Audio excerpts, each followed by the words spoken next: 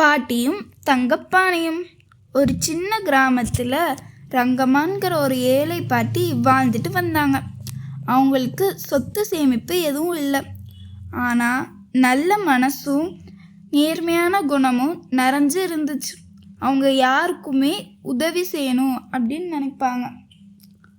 ஒரு நாள் அவங்க வீட்டுக்கு பின்னாடி தோட்டத்தில் மண்ணை தோண்டிக்கிட்டு இருந்தாங்க.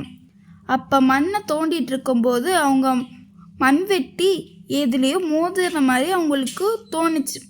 அதனால அந்த மண்ணை அகற்றி பார்த்தாங்க. அதில் ஒரு பழமையான தங்கப்பானை கிடச்சிது.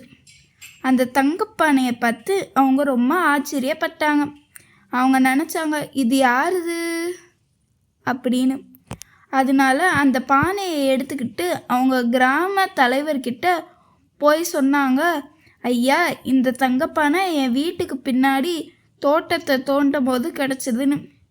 அதுக்கு அவர் என்ன சொன்னாருன்னா, பாட்டிமா, இது உங்கள் வீட்டிலேருந்து கிடச்சிது, அதனால் அதை நீங்களே வச்சுக்கோங்க அப்படின்னு சொன்னார்.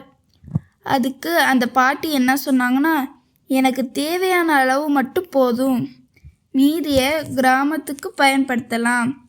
அந்த தங்கப்பானையை வச்சு கிராமத்தில் ஒரு கிணறு தோண்டலாம், பள்ளி குழந்தைகளுக்கு புத்தகங்கள் வாங்கலாம், அப்புறம் மக்களுக்கெல்லாம் உதவி செய்யலாம் அப்படின்னு சொன்னாங்க. அதை கேட்டு கிராம மக்கள் எல்லாரும் சந்தோஷப்பட்டாங்க. பாட்டி சொன்னாங்க, பொருள் இருக்கலாம், இல்லாமலே இருக்கலாம், ஆனால் நல்ல மனசு இருந்தால் போதும்னு. அதே மாதிரி அந்த கிராம தலைவரும் அந்த தங்கப்பானையை வச்சு எல்லாத்துக்கும் உதவி செஞ்சார். நீதி: பேராசை இல்லாமல் பகிர்ந்தால்தான் உண்மையான செல்வம். இன்னைக்கான கேள்வி என்னன்னா, பாட்டிக்கு என்ன கிடைச்சது?